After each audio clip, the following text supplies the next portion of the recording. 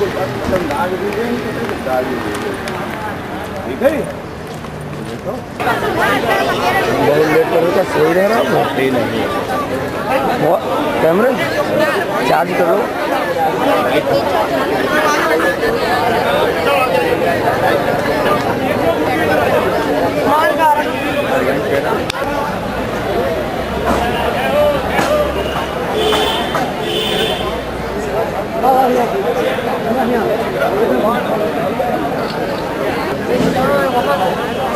बढ़िया खींच दो भाई पोज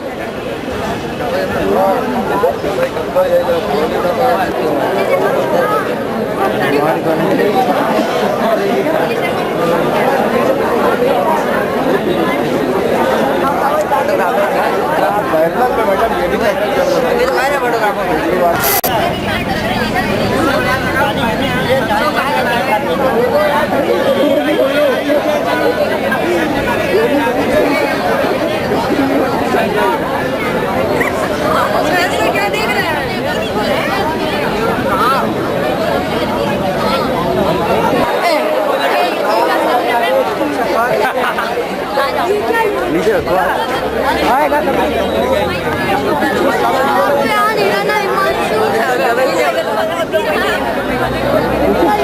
आगे देख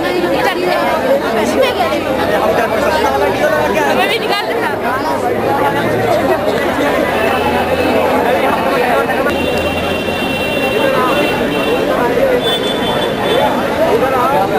यहाँ पे इस तरीके से लाइन लगवा लाइन लगा लाइन। अब ये काहे रख दिया था आके ये इसलिए था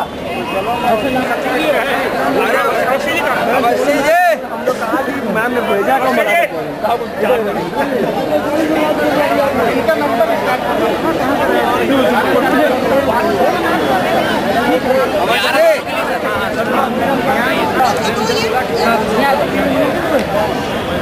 नाम की बात करेंगे ना अपना नाम बोल लो सुनो नाम लिखो सीधा करो पैनल सीधा करो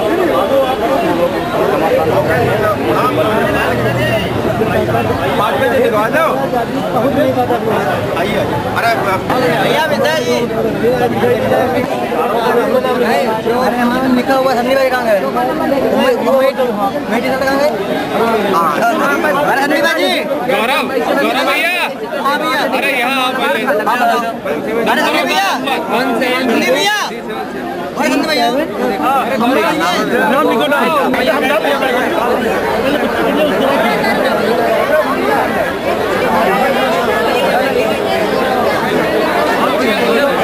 देख लो हम लोग इतने बच्चे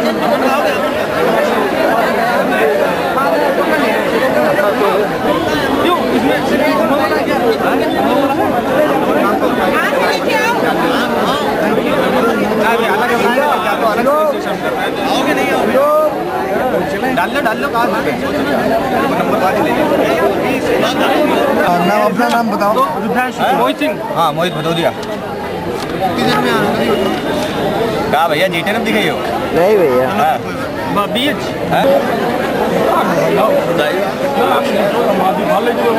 बताओ दोस्ती भैया ये याद है सोम के साथ सोम बस जल्दी पहुंचो यार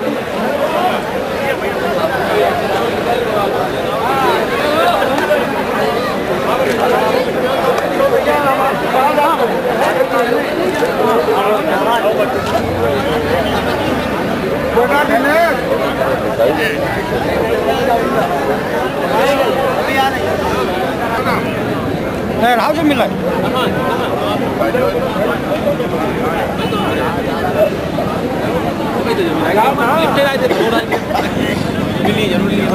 तो भी लावा हमारा भी ले लेना हो गया हो ठीक है तो भैया लाइन चलेगा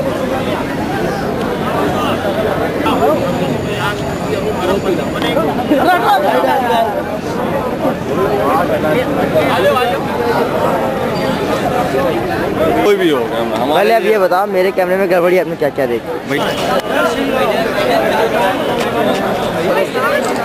बंद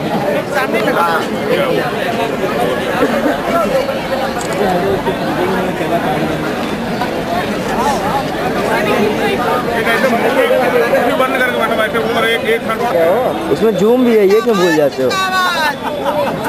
भारतीय जनता पार्टी जिंदाबाद जिंदाबाद। वंदे मातरम वंदे मातरम वंदे मातरम।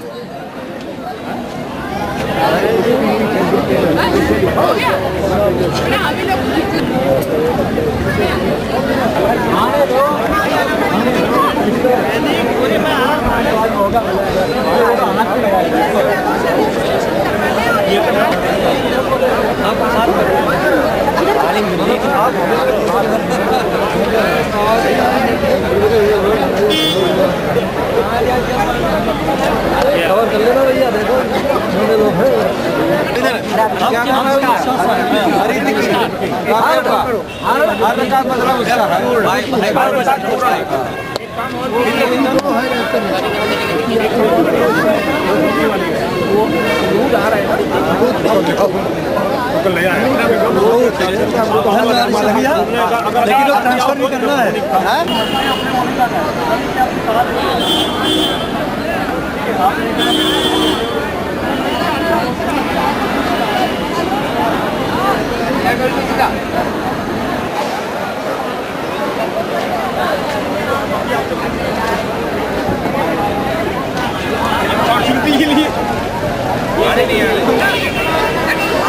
आ जाइए आ जाइए।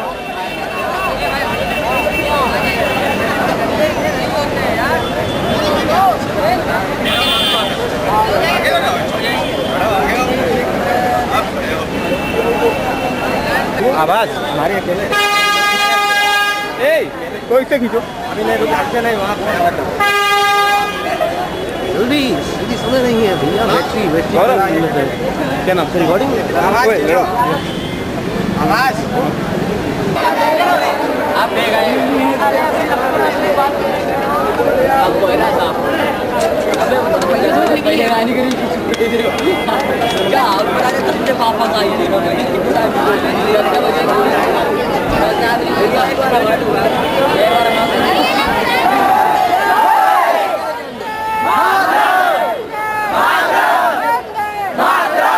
लो तुम किधर दोनों नमस्कार।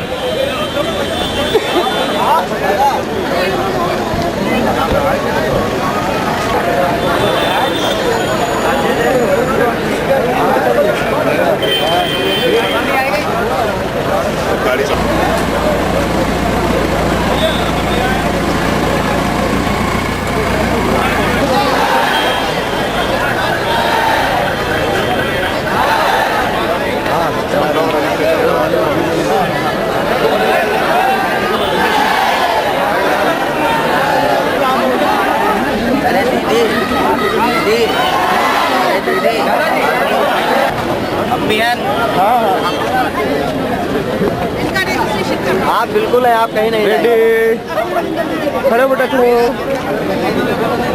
ये फोटो बाहर रहेंगे बता दिया।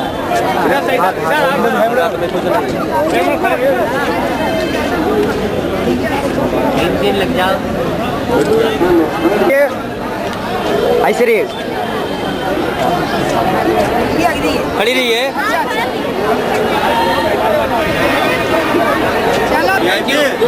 भैया तुम भी आ जाओ तुम लो वाइड एंगल लेना आ जाओ आ जाओ।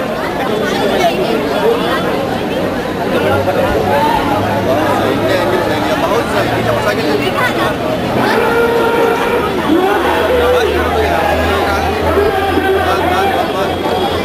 सब फट चीजें टेप निकाल लेंगे वो डाल देंगे इसमें इधर का मोबाइल बना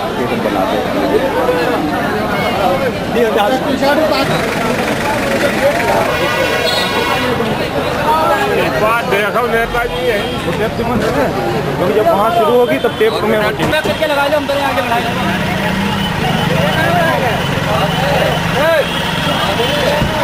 हर बाहर खड़े बाहर खड़ा करिए बाहर बाहर बाहर बाहर खड़ा करिए।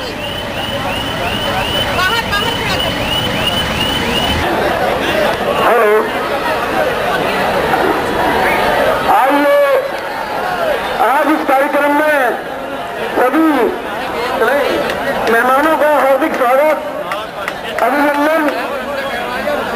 जितने भी दूर दूर से आए हुए सभी मेहमान हैं, सबसे अनुरोध है कि वो सभी लोग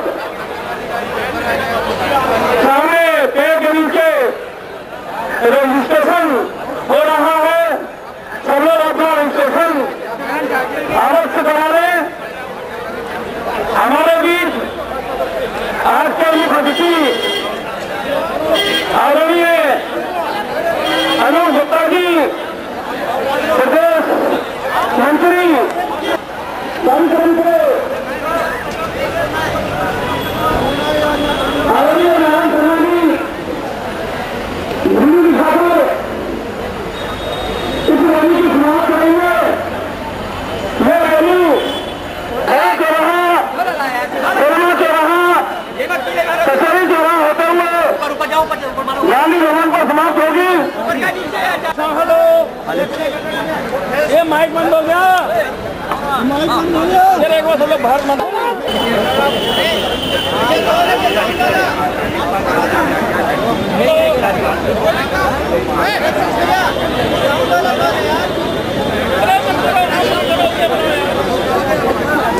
चलिए एक बार सब लोग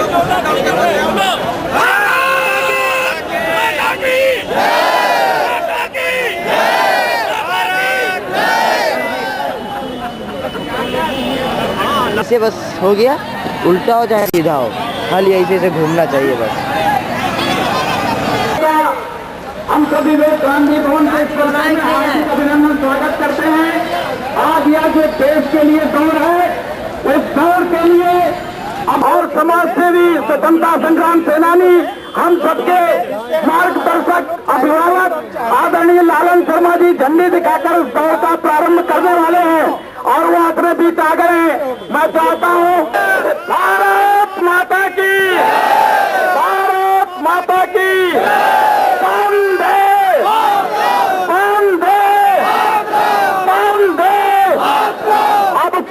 अब वह ऐतिहासिक क्षण अपने पार्टी के कार्यकर्ता सबसे पीछे की ओर रहेंगे, सबसे पीछे भारतीय जनता पार्टी के कार्यकर्ता रहेंगे।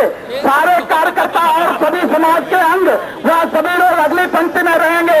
ऐसा निवेदन है और पंक्ति में खड़े होना प्रारंभ कर दें। सभी कार्यकर्ताओं से निवेदन है अपनी व्यवस्था अनुसार पीछे जाकर और अपनी अपनी पंक्ति में खड़े होना प्रारंभ करें।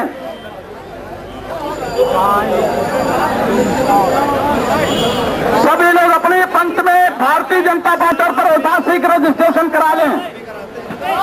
हमारे गायत्री परिवार के बंधु दिख रहे हैं, मैं उनका भी स्वागत करता हूं।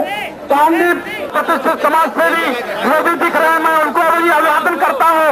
आदरणीय महेश मिश्रा जी समाज के प्रतिष्ठित का अभिनंदन करता हूं इस राष्ट्रीय एकता दौड़ में। बंधुओं निवेदन है कि यथाशीघ्र समय जल्दी आ गया है, सभी लोग व्यवस्था अनुसार अपने स्थान पर पहुंच जाएं। सभी लोग अपने स्थान पर पहुंचे।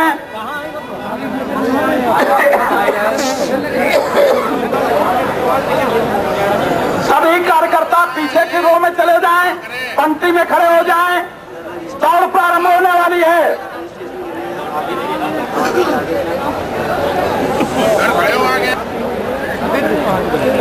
सभी कार्यकर्ताओं से आइए, लोग अभी जाएंगे नहीं। आदरणीय सुशील जी यहीं पर रोक लें, यहीं पर रोक लें, गेट के बाहर कैमरे लगे हैं। लालन शर्मा जी अभी हमारी दौड़ को और झंडी दिखा करके रवाना करेंगे। हमारे बीच में प्रदेश से आए हुए अतिथि आदरणीय अनूप गुप्ता जी पधार चुके हैं, हम उनका स्वागत करते हैं। श्री पप्पन जी,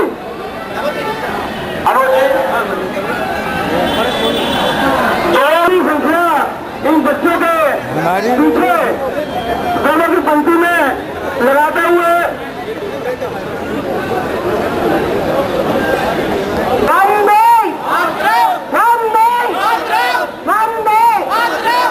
आज रन फॉर यूनिटी नामक कार्यक्रम में आए हुए सभी देशवासियों को यहाँ पर मैं सबका हार्दिक अभिनंदन करती हूँ। इसी क्रम में जिन लोगों ने मेरे एक आह्वान पर यहाँ पर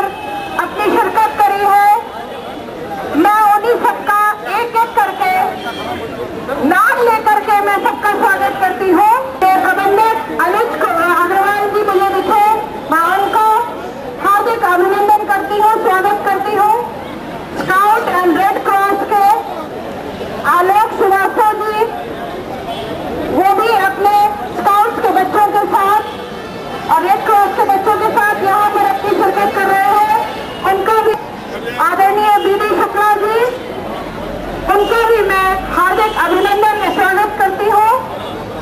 नीतिका सेवा संस्थान से अजय मिश्रा जी के सुपुत्र आए हैं, मुझे दिख रहे हैं, उनका भी मैं हार्दिक अभिनंदन में स्वागत करती हूँ। पतंजलि योग संस्थान से आगाज कर रहे हैं कि भारतीय जनता पार्टी के अंतर्गत इस देश में एक बहुत बड़ी क्रांति होने वाली है। आज आधुनिक भारत के वास्तुकार एवं महान प्रशासक सरदार वल्लभ भाई पटेल की पुण्यतिथि पर 15 दिसंबर को प्रातः 8 बजे से संपूर्ण देश के सामाजिक, राष्ट्रवादी, स्वयंसेवी इस कार्यक्रम की विशालता का अंदाज इस बात से लग जाता है कि इसे Guinness book of world record में अंकित होने का प्रस्ताव व प्रयास है। अखंडता के लिए वर्ग, क्षेत्र और धर्म को नजरअंदाज कर अखंड भारत के निर्माण का लक्ष्य लेकर प्रतिभाग कर रहे हैं। हिंदू परिषद, गायत्री परिवार, सरस्वती विद्या मंदिर एवं ब्रह्म कुमारी ईश्वरीय विश्वविद्यालय और एवं हमारे जितने भी सहयोगी दल है, जैसे विश्व हिंदू परिषद, बजरंग दल आदि, अखिल भारतीय परिषद, सबका यहाँ पर आए लोगों का मैं बहुत दिल से अभिनंदन, मैं धन्यवाद देती हूँ कि उन्होंने इस कार्यक्रम को सफल बनाने में अपना सहयोग दिया। बहुत बहुत धन्यवाद। जय हिंद, जय भारत।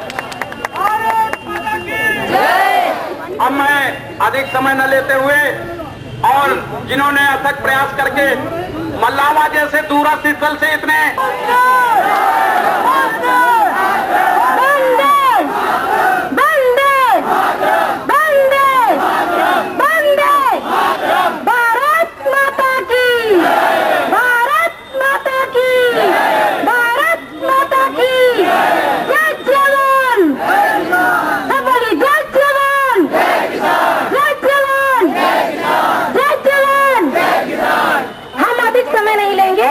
क्योंकि समय की बहुत कमी है और सबका मैं स्वागत करना चाहूंगी। जो नई युवा पीढ़ी है उनका भी, जो दूर से आए हैं उनका भी मैं सबका हार्दिक अभिनंदन करती हूँ कि आपने आज दिखा दिया भारत एक है, बंटा नहीं है। हमारे सरदार वल्लभ भाई पटेल ने जो एकता का हमें पाठ पढ़ाया था, जो एकता पूरा भारत जोड़ दिया, आपने दिखा दिया हम एक है और एक होके हम आगे बढ़ेंगे। ये तो आगाज है, आगे आगे देखिए होता है क्या। भारत माता की, भारत माता की, भारत माता की, जय हिंद, जय भारत। की बहन रोशनी जी से आग्रह करूंगा कि वो 1 मिनट में हम सबको आशीर्वचन ले। ओम शांति, ओम शांति। भारत माता की, भारत माता की, भारत माता की, ओम शांति। ये रैली देखकर हमें बहुत खुशी हो रही है और सभी भाई बहन यहाँ पर पहुंचे और ये सभी क्रांति की ज्वाला सभी के अंदर ये प्रकट हो रही है। इसको देखकर हमें लगता है कि भारत हमारा बहुत जल्दी आजाद और मन से भी तन से भी स्वतंत्र होगा और हम सभी एक होंगे। इसलिए हम सभी नारा लगाएंगे, हिंदू मुस्लिम सिख ईसाई, हिंदू मुस्लिम सिख ईसाई। लेकिन हम नारे को थोड़ा आत्मिक रूप में लेंगे कि आत्मा रूप में समूह के मध्य तुम इधर से लिखो, तुम उधर से खींचो, फिर मेमोरी कार्ड लो, कॉपी कर लो। प्रारंभिक नमूना देखने को हम इधर खींच रहे हैं, तुम देख लो जहाँ बढ़िया लगा। अस्मिता और अखंडता को बचाने के लिए संकल्प, जहाँ तुम्हें इधर पीछे बैकग्राउंड जहाँ गैदरिंग सही लगे, देखिए कोई बढ़िया लोग खड़े हैं। हमें उत्साहवर्धन किया है कि भारत के किसी भी रूप में हमें भारत पर बाहर से या अंदर विध्वंस करने वाले तमाम तत्वों को निकाल कर बाहर करना है। और जैसा कि भी कहा गया, ये तो अभी अंजाम नहीं है, ये आगाज है। अंजाम की प्रतीक्षा करिए, बहुत ही अच्छे परिणाम आपके सामने आएंगे। हम अपनी संस्कृति की सुरक्षा कर सकेंगे। इन्हीं शब्दों के साथ हमें कहना है कि हम जिस पथ पर चल पड़े हैं उसका उद्देश्य नहीं है शांत भवन में टिक रहना, किंतु पहुंचना उस सीमा तक जिसके आगे राह नहीं।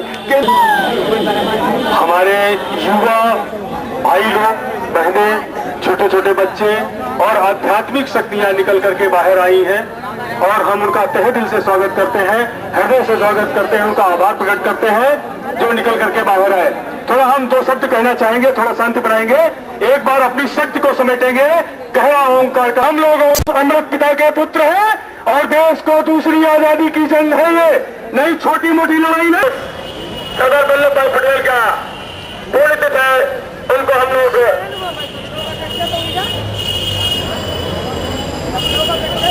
श्रद्धांजलि अर्पित करते हुए थोड़ी सी बात कहेंगे। स्वामी रामदेव ने हमारे देश के लिए बहुत कुछ किया है।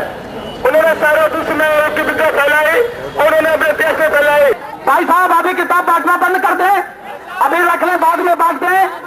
अब मैं आज के मुख्य अतिथि हम सबके प्रदेश के नेता आदरणीय अनूप जी को आमंत्रित करता हूं कि आए, जोरदार तालियों से उनका स्वागत करें। भारत माता की, नरेंद्र मोदी जिंदाबाद, आदरणीय अनूप जी।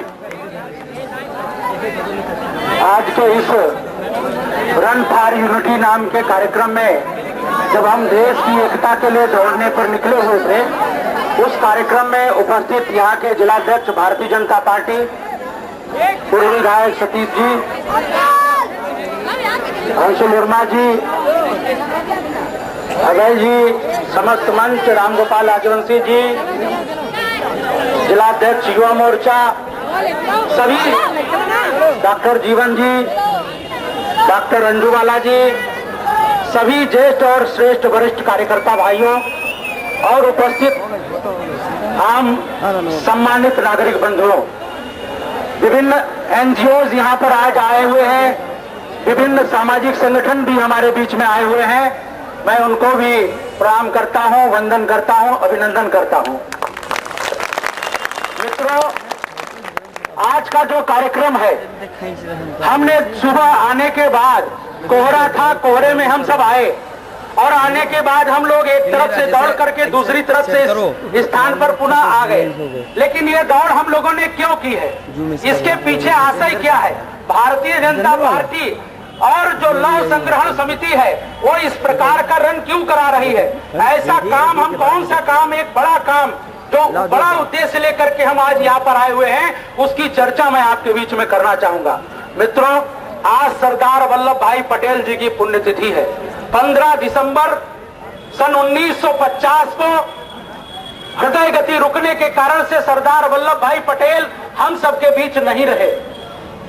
सरदार वल्लभ भाई पटेल जिनका जन्म 31 अक्टूबर को हुआ था और 31 अक्टूबर को उनको जब जन्म हुआ तब से लेकर के और अपने पूरे जीवन काल तक, चाहे उनके शिक्षा के समय का, विद्यार्थी जीवन का हम अनुभव उठा लें और चाहे उनके अंत समय का अनुभव उठा लें, उनके अंदर एक बहुत ही तीव्र प्रखर प्रतिभा थी।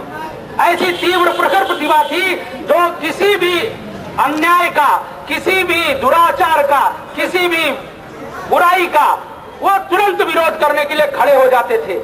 इसका एक छोटा सा उदाहरण मैं आपके बीच में, आपको जानकारी के लिए, वैसे आप जानते होंगे लेकिन फिर भी मैं देना चाहूंगा।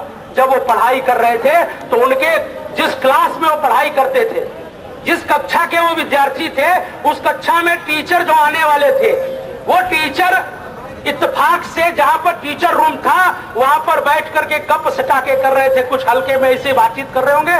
तो उनकी जिस क्लास में बच्चे टीचर के न आने की स्थिति में लड़के बच्चे जो हुल्लड़ कर रहे थे, उन लड़के बच्चों के बीच में उस समय जो कि देश गुलाम था, देश आजादी की लड़ाई लड़ने के लिए अंगड़ाई ले रहा था, तो उस समय जो रचनाकार और जो कथाकार होते थे, जो नाटककार होते थे, वो लोग भी देशभक्ति और देश प्रेम की बातों पर अपने नाटक, अपनी रचनाएं लिखने का काम करते थे। उस कक्षा के जो विद्यार्थी थे, उन विद्यार्थियों ने ऐसे ही एक रचनाकार की रचना पर, ऐसे ही रचनाकार के गीत को आपस में गीत गाने लगे। जब गीत गाने लगे तो उनको टीचर साहब को पता लगा, शिक्षक महोदय को पता लगा। शिक्षक महोदय जब आए तो उन्होंने आने के बाद इन बच्चों को डांटना शुरू कर दिया।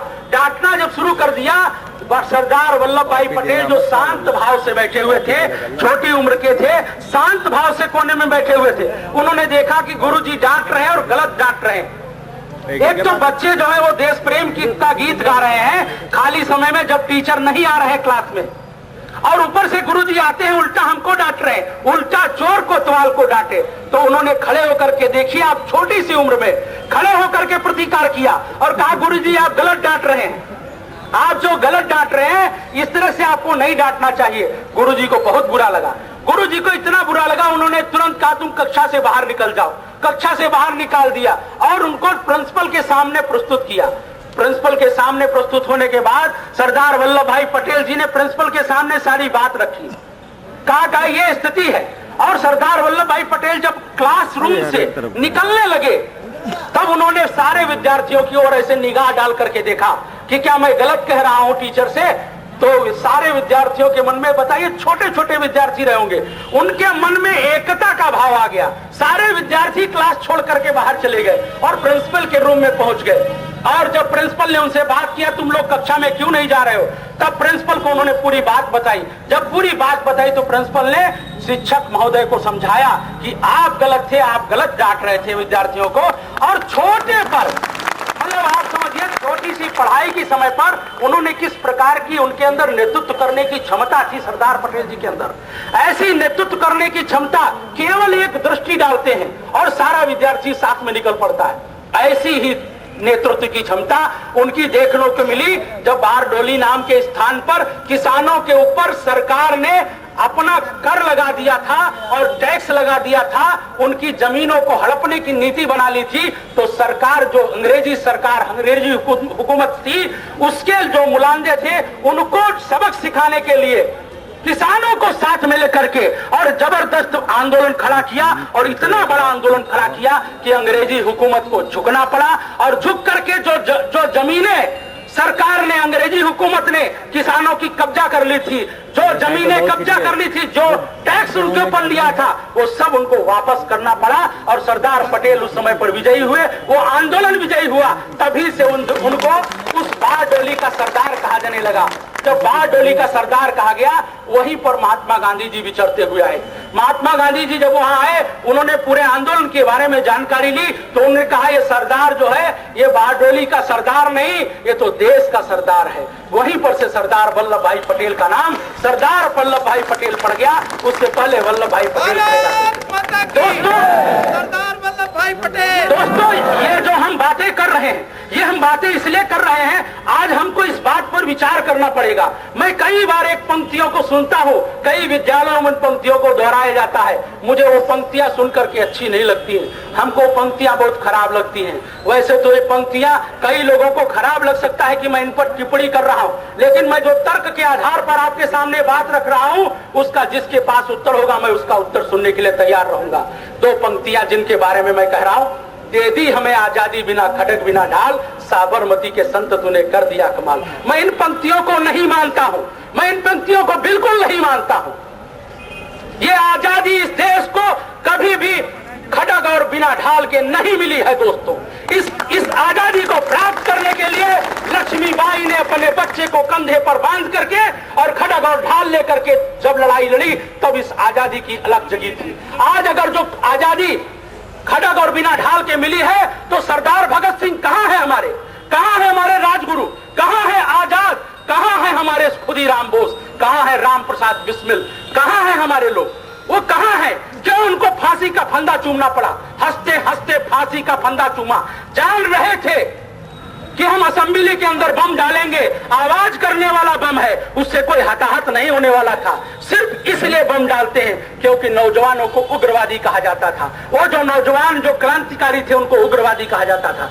उन उग्रवादी कहे जाने वाले आरोप से खंडित करने के लिए और यह जताने के लिए इस देश का नौजवान क्रांति की धारा में शामिल हो चुका है और ये क्रांतिकारी है, उग्रवादी आतंकवादी नहीं है। इसको जताने के लिए असेंबली के अंदर जब बम डालने की बात आई तो मित्रों हम लोग जानते हैं चंद्रशेखर आजाद जी की टोली थी। चंद्रशेखर आजाद जी ने कहा हम डालेंगे बम, तो सरदार भगत भाई ने कहा, भगत दा ने कहा कि सरदार आपको, वो उनके सरदार कहे जाते थे आजाद, चंद्रशेखर आजाद जी को सरदार कहते थे।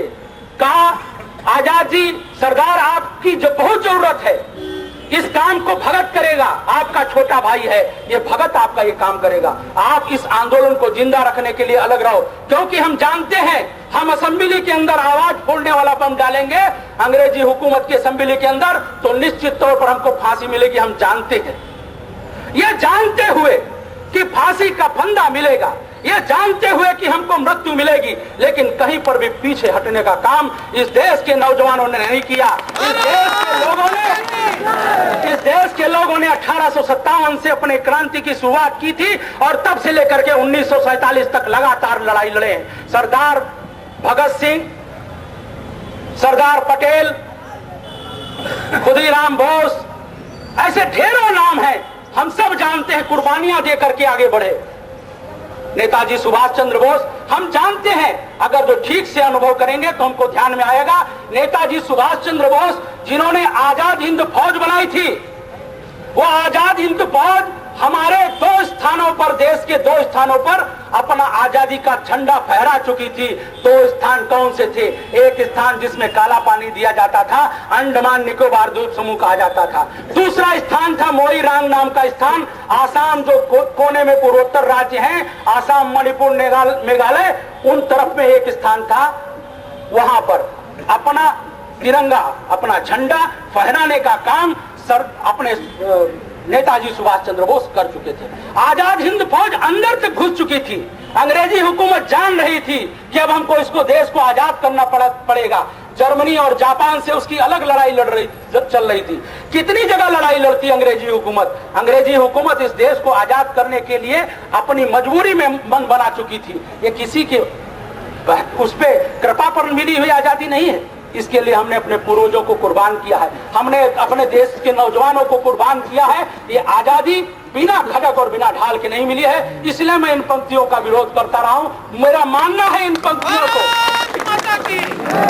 और मैं बड़े आदर के साथ ये भी कहना चाहूंगा, ये पंक्तियां जिनके सम्मान में लिखी गई वो सम्मान में जरूर लिखी जा सकती हैं, लेकिन चापलूसी में लिखी गई इसलिए मुझे पसंद नहीं आती हैं। ये चापलूसी केवल थी। महात्मा गांधी जी इस देश के लोगों को एक करने का काम किए। महात्मा गांधी जी ने जब से अपना आंदोलन, स्वतंत्रता संग्राम का आंदोलन अपने हाथों लिया, सरदार पटेल जी उनके साथ साथ चल करके एक से एक जो भी कदम होते थे सब में साथ साथ चल करके पूरा स्वतंत्रता संग्राम का आंदोलन किए। और उस पूरे स्वतंत्रता संग्राम के आंदोलन को मैं ये बिल्कुल मानता हूं कि महात्मा गांधी जी का बहुत बड़ा योगदान है। उनका जो योगदान है वैसा किसी का योगदान नहीं हो सकता है। लेकिन ये मैं बात बिल्कुल नहीं मान सकता कि आजादी जो है खड़ग और बिना ढाल की मिल गई है। ये आजादी हमको बहुत कीमत चुका कर मिली है। उस कीमत जो हमने चुकाई है, उस आजादी को अक्षुण्ण रखने के लिए, उस आजादी की गमक को, उस आजादी के इकबाल को बुलंद रखने के लिए आज फिर से एक बार हमको चुनौतियों का सामना करने की जरूरत है। आज नरेंद्र भाई मोदी जी ने जो पूरे देश भर के अंदर सरदार पटेल ने काम किया, 565 रियासतें, जिसमें से 562 रियासतें भारत के अंदर अंग्रेजों ने जब नियम रखा कि सब अपने अपने हिसाब से शामिल हो सकते हैं, कोई पाकिस्तान में जा सकता है, कोई हिंदुस्तान में जा सकता है। हम लोग जानते होंगे इतिहास को। उसमें 3 रियासतें ऐसी थी जिन्होंने कहा हम कहीं नहीं जाएंगे, हम स्वच्छंद रहना चाहते हैं। उनमें से एक नवाब थे हैदराबाद के, दूसरे थे जूनागढ़ के, तीसरे थे जम्मू कश्मीर।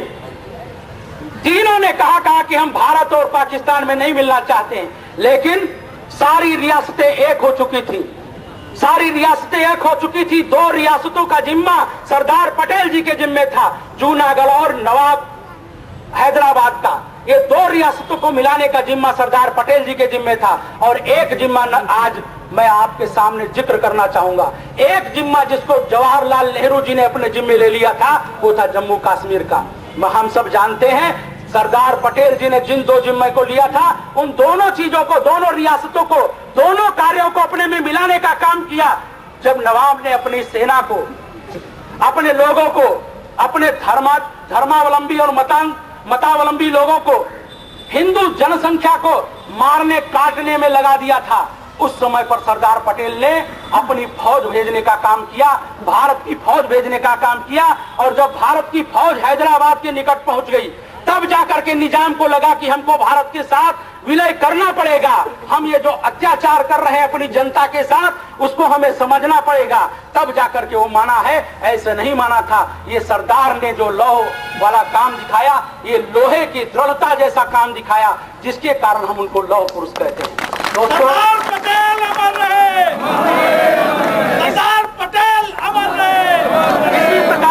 इसी प्रकार जब सरदार पटेल वल्लभ भाई पटेल जी ने एक कस के हुंकार भरी, तो जूनागढ़ का जो राजा था, रियासत का राजा, वो भाग करके पाकिस्तान चला गया और पूरी जूनागढ़ की रियासत भारत में मिल गई। ये भारत का जो एकीकरण हम आज देख रहे हैं, ये भारत का जो मानचित्र हम अपने कमरे में लटकाते हैं, अपने पुस्तक में बनाते हैं, ये भारत के मानचित्र को बनाने का काम वास्तविकता में अगर जो किसी ने किया है तो सरदार वल्लभ भाई पटेल ने किया है।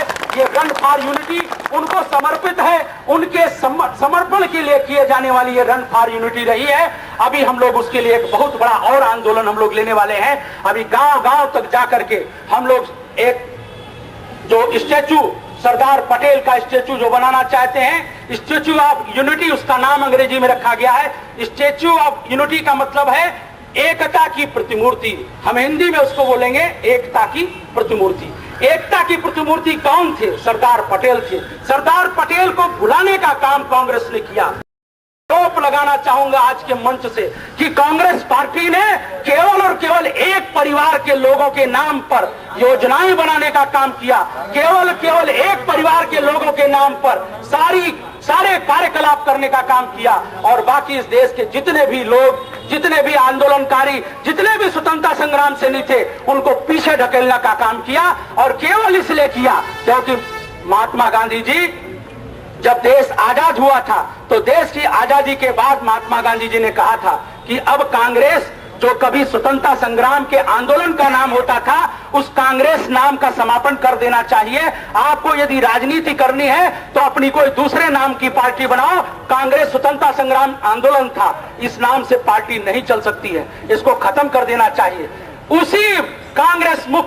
उसी कांग्रेस को खत्म करने का संकल्प आज हमारे यशस्वी नेता नरेंद्र भाई मोदी जी ने हम लोगों के बीच में रखा है। हम लोगों ने भी अभी जो 4-5 राज्यों के चुनाव हुए हैं, हम लोगों ने देखा है किस प्रकार से कांग्रेस मुक्त, चारों राज्य कांग्रेस मुक्त हुए हैं। विभिन्न स्थानों पर कांग्रेस की जमानत जब्त हो गई है, विभिन्न स्थानों पर कांग्रेस के लोगों को उनके मुंह तोड़ की खानी पड़ी है। आप समझिए ये जो पूरा एक षड्यंत्र कांग्रेस पार्टी के लोगों ने देश की आजादी के समय से ही किया था। देश की आजादी के बाद से ही 2 प्रकार की धाराएं इस देश के अंदर चलती थी, एक राष्ट्रवादी विचारधारा चलती रही और एक सत्ता लोलुप और केवल और अपनी चापलूसी की विचारधारा। सत्ता लोलुप चापलूसी की विचारधारा का नेतृत्व पंडित जवाहरलाल नेहरू कर रहे थे, और राष्ट्रवादी विचारधारा का नेतृत्व कर रहे थे सरदार वल्लभ भाई पटेल, और राष्ट्रवादी विचारधारा का नेतृत्व कर रहे थे डॉक्टर श्यामा प्रसाद मुखर्जी, जिन्होंने कहा कि हम कश्मीर हमारा है, कश्मीर हिंदुस्तान का नहीं किसी के बाप का। ये कहा सरदार पटेल ने, कहा कि इस देश में, एक देश में दो विधान, 2 प्रधान, 2 निशान नहीं चल सकते हैं, एक ही रहना चाहिए। हमको वीजा लेना पड़ता था कश्मीर और जम्मू कश्मीर में जाने के लिए। मित्रों, उसमें भी कुर्बानी देने का काम उसी राष्ट्रवादी विचार के एक बड़े नेता ने, जो पहले सरकार के उद्योग मंत्री रहे और उद्योग मंत्री में से इस्तीफा दिए, डॉक्टर श्यामा प्रसाद मुखर्जी, जो जनसंघ के प्रथम संस्थापक अध्यक्ष थे, उन्होंने अपनी प्राणों की आहुति लगा करके इस कश्मीर और जम्मू कश्मीर को बचाने का काम किया। दोस्तों, सरदार पटेल, डॉक्टर श्यामा प्रसाद मुखर्जी और ऐसे कई सारे शूरवीर, सरदार भगत सिंह, चंद्रशेखर आजाद, ऐसे लोगों की कुर्बानियों को छिपाने का प्रयास किया गया है। आज भी एनसीईआरटी की बुक्स में सरदार भगत सिंह और चंद्रशेखर आजाद को अतिवादी, उग्रवादी लिखने का काम किया जाता है। दोस्तों, ये कितना शर्मनाक है। इस देश के लिए जिन्होंने अपनी जान की बाजी लगा दी, उनको एनसीईआरटी की, दिल्ली की जो सीबीएसई की बुक्स हैं, उसमें अतिवादी और आतंकवादी, उग्रवादी लिखने का काम किया जाता है। ये सारा षड्यंत्र कांग्रेस पार्टी के लोग कर रहे हैं। हमको आज इन सब चीजों को चेतने की आवश्यकता है। आदरणीय नरेंद्र भाई मोदी जी ने हुंकार भरी है, उस हुंकार में अब आपकी हुंकार को जुड़ने की आवश्यकता है। आज हरदोई जनपद के अंदर जिस प्रकार का रन फॉर यूनिटी नाम का कार्यक्रम हुआ है, मैं बहुत गदगद हूं। इस पूरे स्थिति को देख करके मुझे लगता है मैं पिछले 6 वर्ष से भारतीय जनता पार्टी की राजनीति में हूं। प्रदेश कार्यालय का कार्यालय सचिव था। इससे पहले कई बार सूचना लगती थी कि हरदोई जनपद तो बहुत खत्म जैसा हो गया है, डंप हो गया है, कुछ है ही नहीं है। हरदोई, सीतापुर, लखीमपुर सब खत्म होते जनपद दिखाई दे रहे थे। फिर से अंगड़ाई दिखाई दे रही है, फिर से नौजवान खड़ा होता दिखाई दे रहा है। ये जो अंगड़ाई आज हमने ली है, ये आगे और लड़ाई है, इसको ध्यान रखना है दोस्तों। ये आगे और लड़ाई है, इसको ध्यान रखना है। मोदी जिंदाबाद, नरेंद्र मोदी जिंदाबाद, और जो सरदार पटेल जी ने 31 अक्टूबर को, पिछली 31 अक्टूबर को सरदार पटेल जी के लिए जो नरेंद्र भाई मोदी जी ने उनकी 182 फीट, इस पे लिखा हुआ है 182 मीटर, 182 मीटर की प्रतिमा 597 फीट, ये दुनिया की सबसे बड़ी मूर्ति होने वाली है। और ऐसी दुनिया की सबसे बड़ी मूर्ति, ये जहां पर मूर्ति बन रही है वो उस सरदार सरोवर डैम पर बन रही है, नर्मदा घाटी में बन रही है।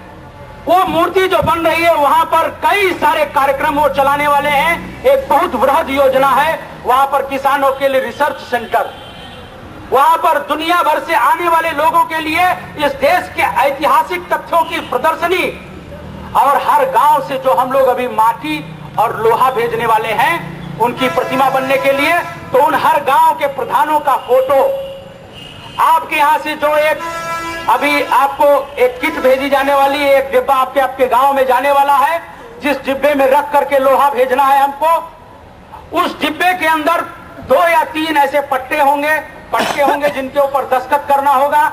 आप लोगों के जो दस्तखत होंगे वो दस्तखत भी वहां सारे कागज, सारे कपड़े जाकर के वहां एक में कोलार्ज होकर के वहां पर उसका भी एक प्रदर्शनी टाइप बनाया जाने वाला है। पूरे देश भर के लोगों का भाव, पूरे देश भर के लोगों की भावनाएं उस सरदार पटेल जी की प्रतिमा में जुड़े, इसके लिए हम गांव-गांव में अभी लोहा इकट्ठा करने के लिए जाने वाले हैं।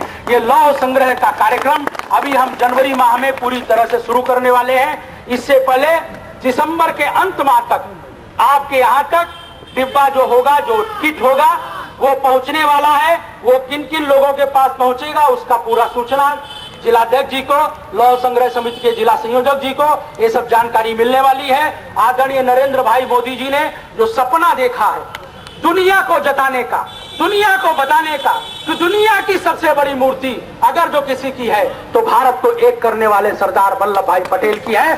किसानों के प्रथम नेता, किसानों के प्रथम नेता, यानी अंग्रेजों की हुकूमत के समय भी किसानों का आंदोलन करने वाले पहले किसान नेता सरदार वल्लभ भाई पटेल की प्रतिमा हम बना रहे हैं। सरदार वल्लभ भाई की पटेल की जब हम प्रतिमा बना रहे हैं, कुछ लोग उस पर राजनीति भी कर रहे हैं, लेकिन हमको उस राजनीति से परेशान होने की जरूरत नहीं है दोस्तों। सरदार वल्लभ भाई पटेल का जब नाम जुड़ता है तो पूरा देश खड़ा हो उठता है, पूरे देश भर का लहू खौलने लगता है। पूरे देश भर का नौजवान, पूरे देश भर का आदमी, पूरे देश भर के बुजुर्ग, किसान नेता, किसान सारे एकजुट होकर के और पूरे देश की एकता और अखंडता के लिए खड़े हो जाते हैं। मैं मानता हूं हरदोई एक बहुत ही माइलस्टोन इस बारे में खड़ा करेगा, एक मील का पत्थर साबित होने वाला है हरदोई का कार्यक्रम।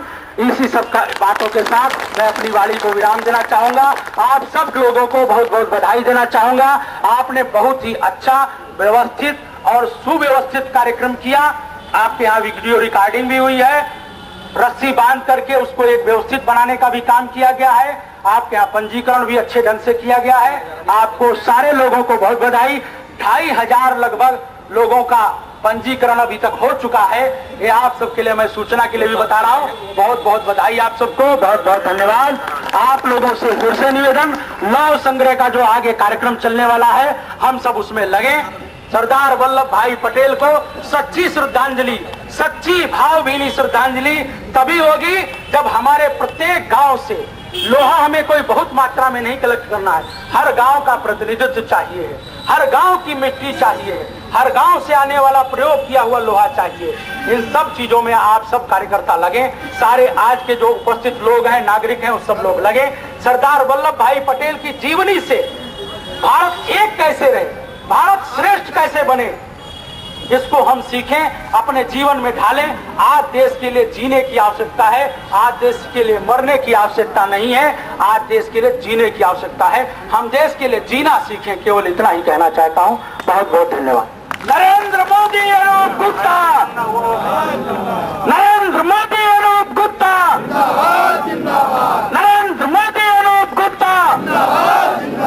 मित्रों,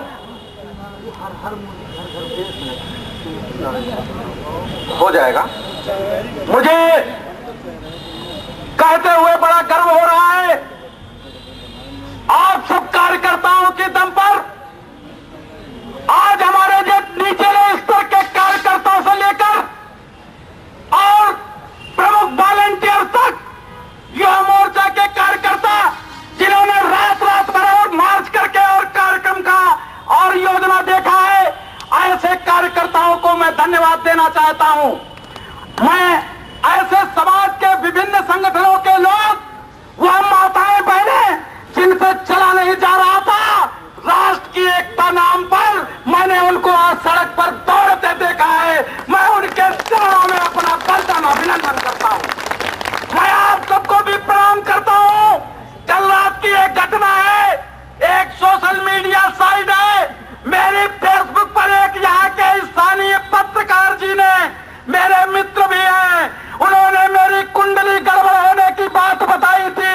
मित्रों, मुझे लगा कि मेरी कुंडली, सुबह जब उठा बहुत तेज कोहरा था, मुझे लगा सही में कहीं कुंडली गड़बड़ा तो नहीं गई। लेकिन आप सबके अथक परिश्रम से और आप सबकी अथक मेहनत से यह कुंडली कुंडला में परिवर्तित हो गई है।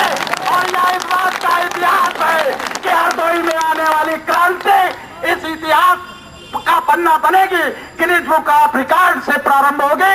आप सबको प्रणाम करते हुए मैं आपको पुनः साधुवाद देता हूं, धन्यवाद देता हूं। धोखे में किसी कार्यकर्ता को राह चलते मैंने अगर लाइन में थोड़ा जोर से धक्का दे दिया हो तो मेरा प्रणाम स्वीकार करें और मुझे क्षमा कर दें। व्यवस्था के कुछ प्रश्न ऐसे होते हैं। मैं पुनः आप सबको चरणों में वंदना करते हुए अपनी बात को विराम देता हूं। और इस संयोजक हमारे जिले के लौह संग्रहण सहयोग समिति के आदरणीय डॉक्टर जीवन सिंह जी हैं, उनको मैं मंच दे रहा हूं कि वो आए और हम कार्यकर्ताओं का धन्यवाद ज्ञापन करें। आगे बढ़ाने के लिए धक्का देते रहिए। धन्यवाद। हमारे बीच में जो हमारे पूर्व वक्ता अनूप गुप्ता जी ने आपको विस्तार से बहुत ही अच्छी तरीके इस कार्यक्रम के बारे में बताया। और अभी आपको मैं बताना चाहता हूं कि आपके प्रत्येक गांव में एक एक प्रधान के पास हमारा किट जाएगा और उस किट के अंदर एक छोटा सा शीशा होगा, मतलब शीशी होगी, उसमें खेत खेत की मिट्टी या मंदिरों की मिट्टी या ऐसे स्थानों की मिट्टी जहां वो ऐतिहासिक रहे हैं, वो उसमें मिट्टी डालनी है। और 1 किलो के अंदर कृषि यंत्र का कोई टुकड़ा उसके अंदर रखा जाएगा और एक उसके अंदर कपड़ा होगा जिसके ऊपर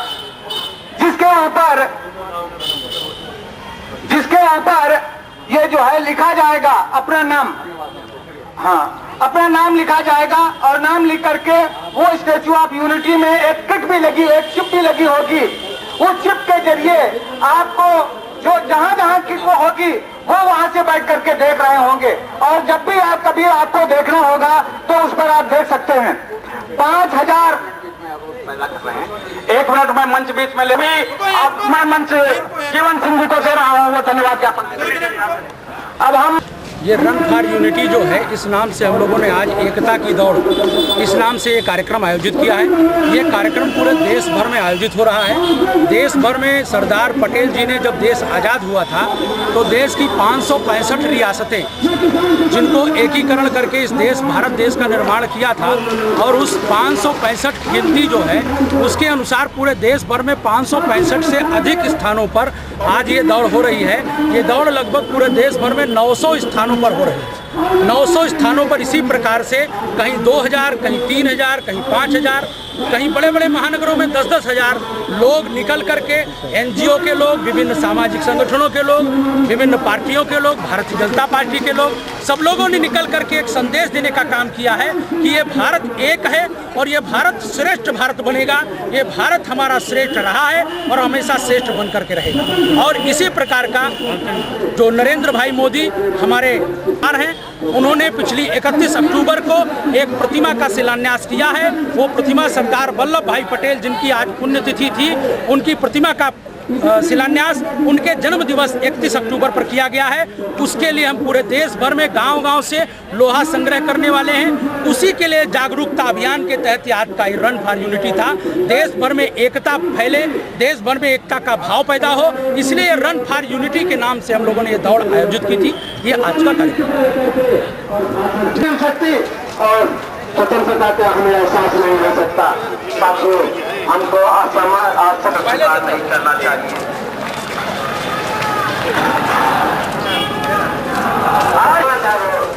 करने वालों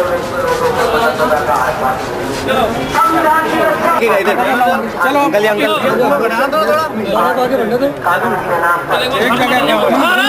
माता की जय, माता की जय।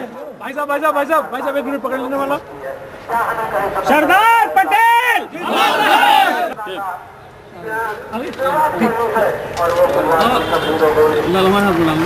इधर देखिए ठीक है